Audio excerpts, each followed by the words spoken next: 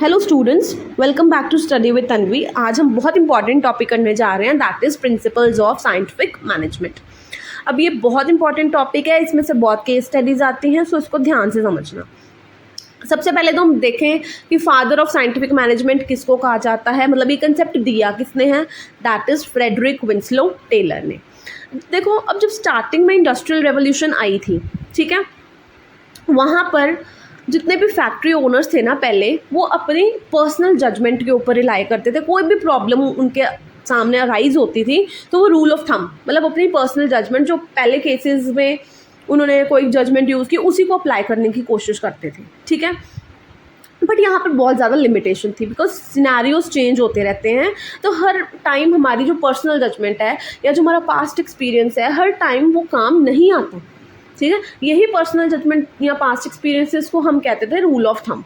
यहाँ पर बहुत इंपॉर्टेंट कंट्रीब्यूशन अब किसका रहा है, that is Frederick Winslow Taylor का। उसने हमें कंसेप्ट दे दिया किसका, साइंटिफिक मैनेजमेंट का। He said we need to follow an approach. उसने बोला कि हम एक ऐसी अप्रोच फॉलो करें जो साइंस पे बेस्ड हो, जिसमें हम पहले तो क्या करें, प्रॉब्लम डिफाइन करें, डेवलप करें ऑल्टरनेटिव सॉल्यूशंस, कॉन्सिक्वेंसेस उसके देखें, प्रोग्रेस मेजर करें और कंक्लूजन्स को ड्रॉ करें। मतलब हर एक काम सिस्टेमैटिकली एंड साइंटिफिकली प्लान किया जाए और रूल ऑफ थंब को अवॉइड किया जाए। तो इसी वजह से उसको हमने बना दिया father of scientific management, right.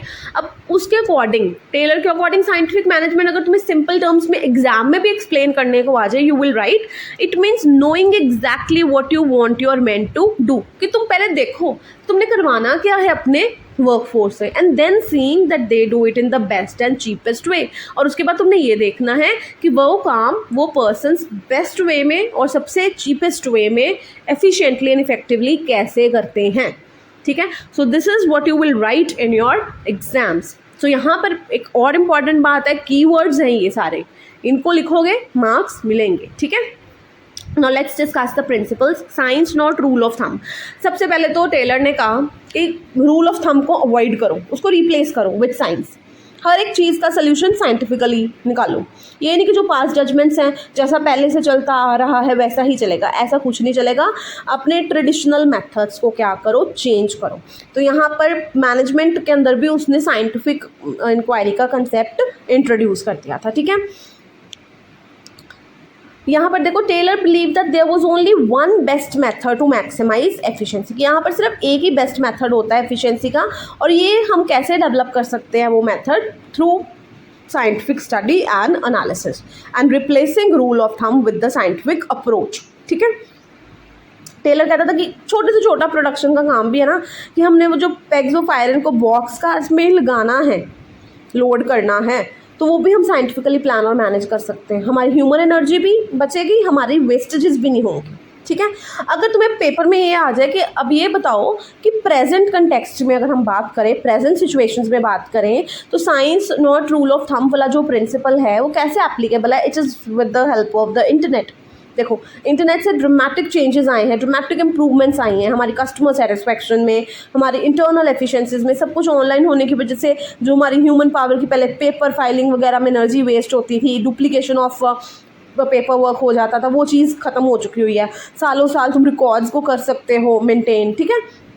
Customer satisfaction improve हो गई है, ऑनलाइन तुम्हारा बिजनेस अब इतना अच्छा जा सकता है, फीडबैक्स हम लेते हैं। तो हमने क्या करा, रूल ऑफ थंब जैसा पहला चल रहा था ऐसा कुछ नहीं चल रहा, सब कुछ scientifically according to the latest trends move on हो रहा है। तो प्रेजेंट कंटेक्स्ट में हम ये कोट कर सकते हैं, ठीक है।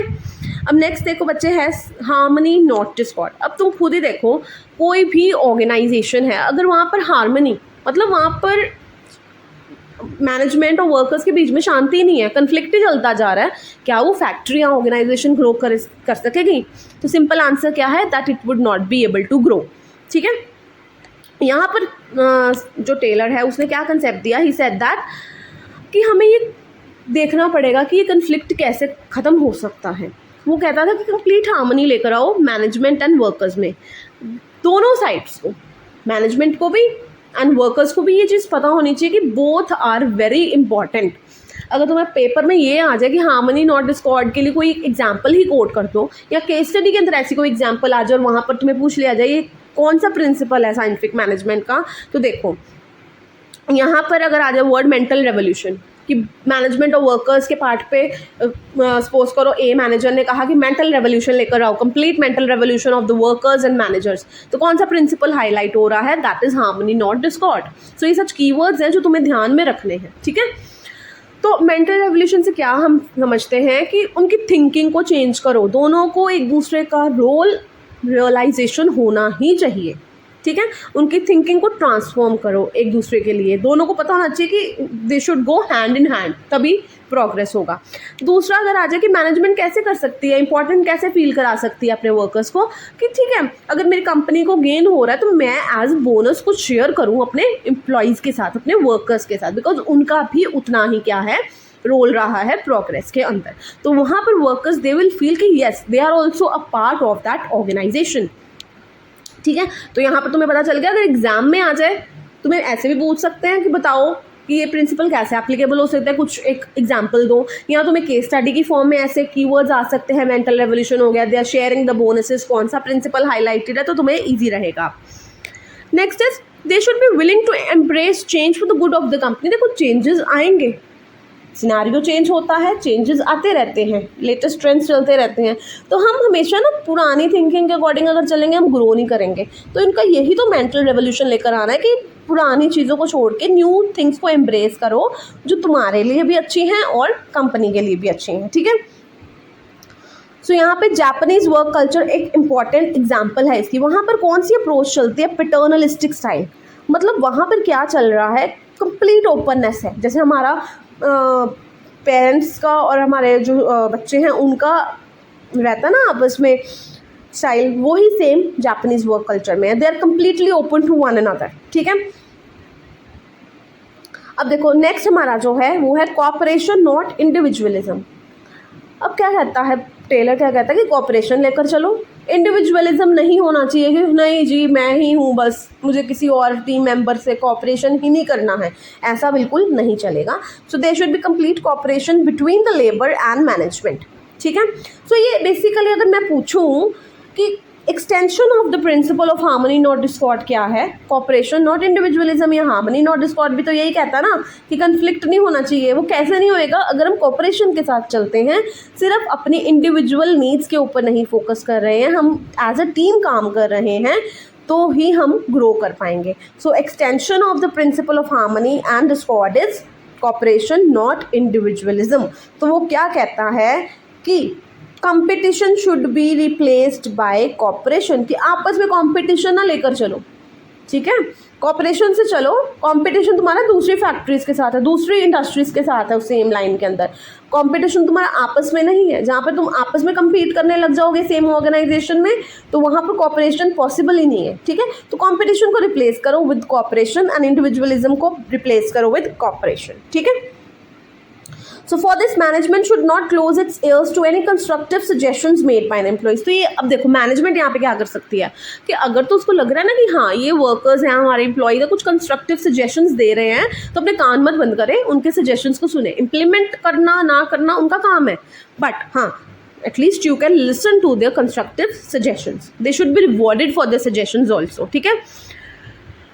और वर्कर्स का क्या काम है? They should desist from going on strike, कि स्ट्राइक्स पे मत जाओ, अनरीजनेबल डिमांड्स मत रखो मैनेजमेंट के सामने, जो वाइएबल चीज़ें हैं ना उनकी डिमांड्स रखो उनके सामने, एंड ओपनली उनको क्या करो डिस्कशन, मतलब ओपननेस होना चाहिए तुम्हारे में, ठीक है। ओपन कम्युनिकेशन सिस्टम होएगा तो ही ये चीज़ पॉसिबल है। तो दोनों साइड्स को ये चीज़ को ध्यान में रखना है, ठीक है। नेक्स्ट क्या है? Development of each and every person to his or her greatest efficiency and prosperity. देखो इंडस्ट्रियल एफिशिएंसी में वो क्या कहता है कि डिपेंड करता है पर्सनल की कॉम्पिटेंसीज, कि तुम्हारा जो वर्क फोर्स है वो कितना कॉम्पिटेंट है।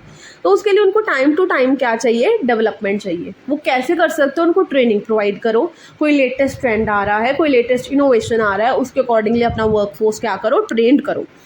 तो वहाँ पर पर्सन भी क्या हो रहा है? उसकी भी एफिशिएंसी बढ़ रही है, उसकी भी प्रॉस्पेरिटी बढ़ रही है, उसकी भी डेवलपमेंट हो रही है, तो साइड बाय साइड तुम्हारी ऑर्गेनाइजेशन की भी डेवलपमेंट हो रही है।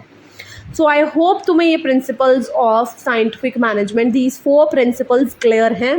They are very important. मैंने तुम्हें बीच बीच में हाईलाइट कर दिया, केस स्टडीज़ भी करेंगे. बट सी चिल्ड्रन, तुम लोग सब्सक्राइब नहीं करते, तुम लोग लाइक नहीं करते, तुम शेयर नहीं करते, तो ऐसा मैं और कंटेंट नहीं लेकर आ सकती ना ऐसे. Because I also need motivation कि yes you are liking my subject, so please do like, subscribe and share my channel.